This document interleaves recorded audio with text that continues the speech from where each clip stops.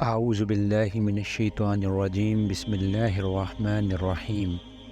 تمہاری عورتوں میں سے جو بدکاری کی مرتکب ہوں ان پر اپنے میں سے 4 آدمیوں کی گواہی لو، اور اگر 4 آدمی گواہی دے دیں تو ان کو گھروں میں بند رکھو یہاں تک کہ انہیں موت آ جائے یا اللہ ان کے لیے کوئی راستہ نکال دے، اور تم میں سے جو اس فعل کا ارتکاب کریں ان دونوں کو تکلیف دو، پھر اگر وہ توبہ کریں اور اپنی اصلاح کر لیں تو انہیں چھوڑ دو کہ اللہ بہت توبہ قبول کرنے والا اور رحم فرمانے والا ہے۔ ان دونوں آیتوں میں زنا کی سزا بیان کی گئی ہے۔ پہلی آیت صرف زانیہ عورتوں کے متعلق ہے اور ان کی سزا یہ ارشاد ہوئی ہے کہ انہیں تا حکم ثانی قید رکھا جائے۔ دوسری آیت زانی مرد اور زانیہ عورت دونوں کے بارے میں ہے کہ دونوں کو اذیت دی جائے، یعنی مارا پیٹا جائے، سخت سست کہا جائے اور ان کی تذلیل کی جائے۔ زنا کے متعلق یہ ابتدائی حکم تھا۔ بعد میں سورہ نور کی وہ آیت نازل ہوئی جس میں مرد اور عورت دونوں کے لیے ایک ہی حکم دیا گیا کہ انہیں 100 کوڑے لگائے جائیں۔ اہل عرب چونکہ اس وقت تک کسی باقاعدہ حکومت کے ماتحت رہنے اور عدالت و قانون کے نظام کی اطاعت کرنے کے عادی نہ تھے، اس لیے یہ بات حکمت کے خلاف ہوتی اگر اسلامی حکومت قائم ہوتے ہی ایک قانون تعزیرات بنا کر دفعتاً ان پر نافذ کر دیا جاتا۔ اللہ تعالیٰ نے ان کو رفتہ رفتہ تعزیری قوانین کا خوگر بنانے کے لیے پہلے زنا کے متعلق یہ سزائیں تجویز فرمائیں، پھر بتدریج زنا، قذف اور سرقہ کی حدیں مقرر کیں، اور بالآخر اسی بنا پر تعزیرات کا وہ مفصل قانون بنا جو نبی صلی اللہ علیہ وسلم اور خلفائے راشدین کی حکومت میں نافذ تھا۔ مفسر سدی کو ان دونوں آیتوں کے ظاہری فرق سے غلط فہمی ہوئی ہے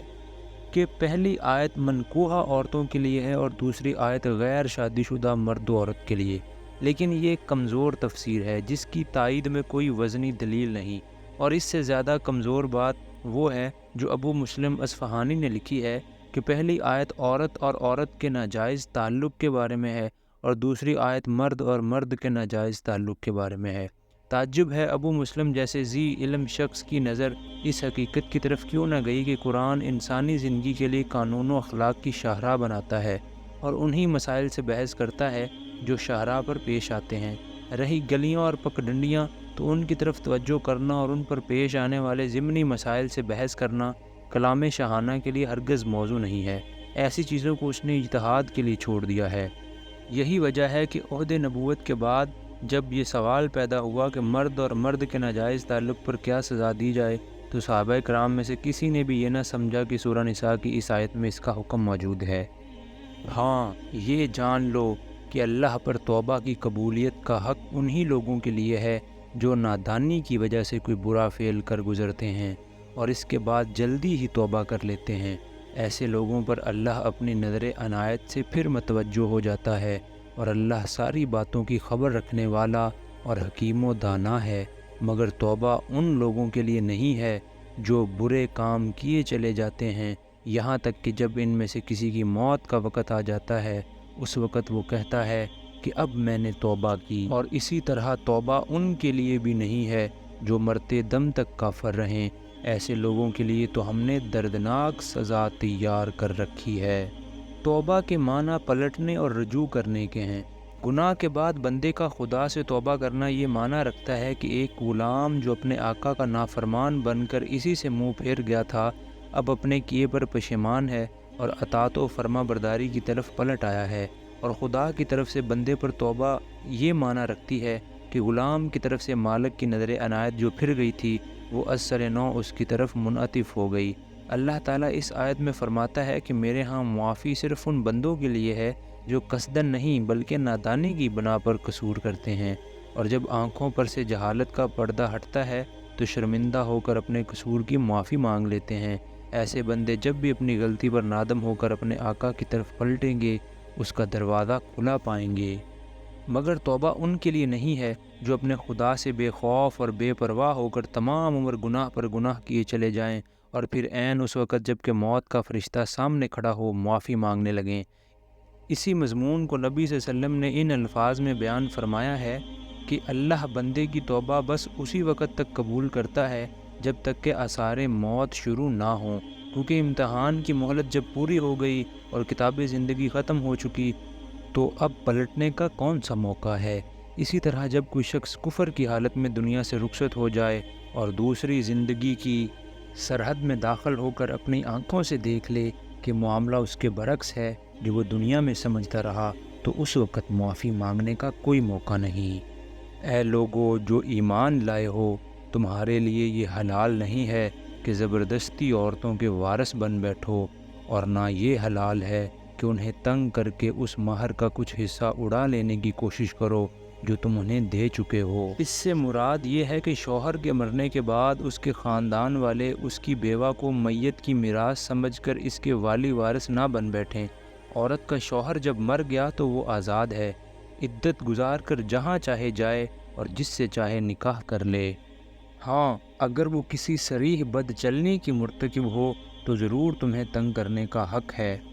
ان کے ساتھ بھلے طریقے سے زندگی بسر کرو۔ اگر وہ تمہیں ناپسند ہوں تو ہو سکتا ہے کہ ایک چیز تمہیں پسند نہ ہو مگر اللہ نے اسی میں بہت کچھ بھلائی رکھ دی ہو۔ یعنی اگر عورت خوبصورت نہ ہو یا اس میں کوئی اور ایسا نقص ہو جس کی بنا پر وہ شوہر کو پسند نہ آئے تو یہ مناسب نہیں ہے کہ شوہر فوراً دل برداشتہ ہو کر اسے چھوڑ دینے پر آمادہ ہو جائے۔ حتی الامکان اسے صبر و تحمل سے کام لینا چاہیے۔ بسا اوقات ایسا ہوتا ہے کہ ایک عورت خوبصورت نہیں ہوتی مگر اس میں بعض دوسری خوبیاں ایسی ہوتی ہیں جو ازدواجی زندگی میں حسن صورت سے زیادہ اہمیت رکھتی ہیں۔ اگر اسے اپنی ان خوبیوں کے اظہار کا موقع ملے تو وہی شوہر جو ابتداءً محض اس کی صورت کی خرابی سے دل برداشتہ ہو رہا تھا اس کے حسن سیرت پر فریفتہ ہو جاتا ہے۔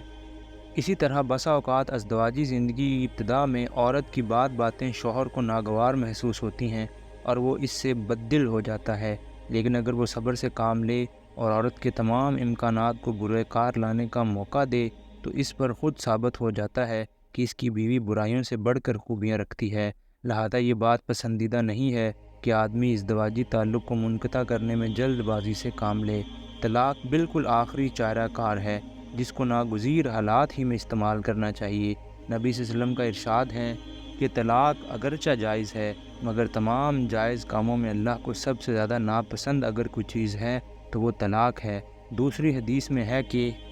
آپ نے فرمایا یعنی نکاح کرو اور طلاق نہ دو، کیونکہ اللہ ایسے مردوں اور عورتوں کو پسند نہیں کرتا جو بھنورے کی طرح پھول پھول کا مزہ چکھتے پھریں۔ اور اگر تم ایک بیوی کی جگہ دوسری بیوی لے آنے کا ارادہ ہی کر لو تو خواہ تم نے اسے ڈھیر سا مال ہی کیوں نہ دیا ہو، اس میں سے کچھ واپس نہ لینا۔ کیا تم اسے بہتان لگا کر اور صریح ظلم کر کے واپس لوگے؟ اور آخر تم اسے کس طرح لے لوگے جب کہ تم ایک دوسرے سے لطف اندوز ہو چکے ہو اور وہ تم سے پختہ عہد لے چکی ہے؟ پختہ عہد سے مراد نکاح ہے، کیونکہ وہ حقیقت میں ایک مضبوط پیمان وفا ہے جس کے استحکام پر بھروسہ کر کے ہی عورت اپنے آپ کو ایک مرد کے حوالے کرتی ہے۔ اب اگر مرد اپنی خواہش سے اس کو توڑتا ہے تو اسے وہ معاوضہ واپس لینے کا حق نہیں ہے جو اس نے معاہدہ کرتے وقت پیش کیا تھا۔ اور جن عورتوں سے تمہارے باپ نکاح کر چکے ہوں ان سے ہرگز نکاح نہ کرو مگر جو پہلے ہو چکا سو ہو چکا۔ تمدنی اور معاشرتی مسائل میں جاہلیت کے غلط طریقوں کو حرام قرار دیتے ہوئے بالعموم قرآن مجید میں یہ بات ضرور فرمائی جاتی ہے کہ جو ہو چکا سو ہو چکا۔ اس کے دو مطلب ہیں، ایک یہ کہ بے علمی اور نادانی کے زمانے میں جو غلطیاں تم لوگ کرتے رہے ہو ان پر گرفت نہیں کی جائے گی، بشرطے کہ اب حکم آ جانے کے بعد اپنے طرز عمل کی اصلاح کر لو اور جو غلط کام ہیں انہیں چھوڑ دو۔ دوسرا یہ کہ زمانہ سابق کے کسی طریقے کو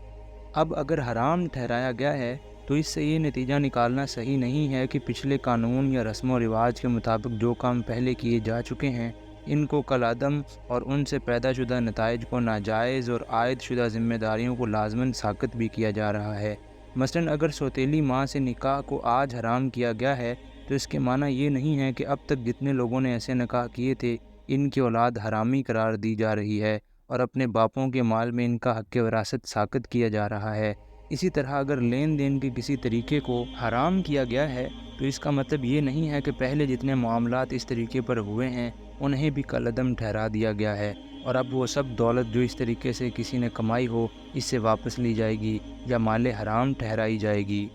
در حقیقت یہ ایک بے حیائی کا فعل ہے، ناپسندیدہ ہے اور برا چلن ہے۔ اسلامی قانون میں یہ فعل فوجداری جرم ہے اور قابل دست اندازی پولیس ہے۔ ابو داؤد، نسائی اور مسند احمد میں یہ روایت ملتی ہے کہ نبی صلی اللہ علیہ وسلم نے اس جرم کا ارتکاب کرنے والوں کو موت اور ضبطی جائیداد کی سزا دی ہے، اور ابن ماجہ نے ابن عباس سے جو روایت نقل کی ہے اس سے معلوم ہوتا ہے کہ حضرت نے یہ باقاعدہ کلیہ ارشاد فرمایا تھا کہ جو شخص محرمات میں سے کسی کے ساتھ زنا کرے اسے قتل کر دو۔ فقہا کے درمیان اس مسئلے میں اختلاف ہے۔ امام احمد تو اسی بات کے قائل ہیں کہ ایسے شخص کو قتل کیا جائے اور اس کا مال ضبط کر لیا جائے۔ امام ابو حنیفہ، امام مالک اور امام شافعی کی رائے یہ ہے کہ اگر اس نے محرمات میں سے کسی کے ساتھ زنا کیا ہو تو اس پر حد زنا جاری ہوگی، اور اگر نکاح کیا ہو تو اسے سخت عبرتناک سزا دی جائے گی۔ صدق اللہ العظیم۔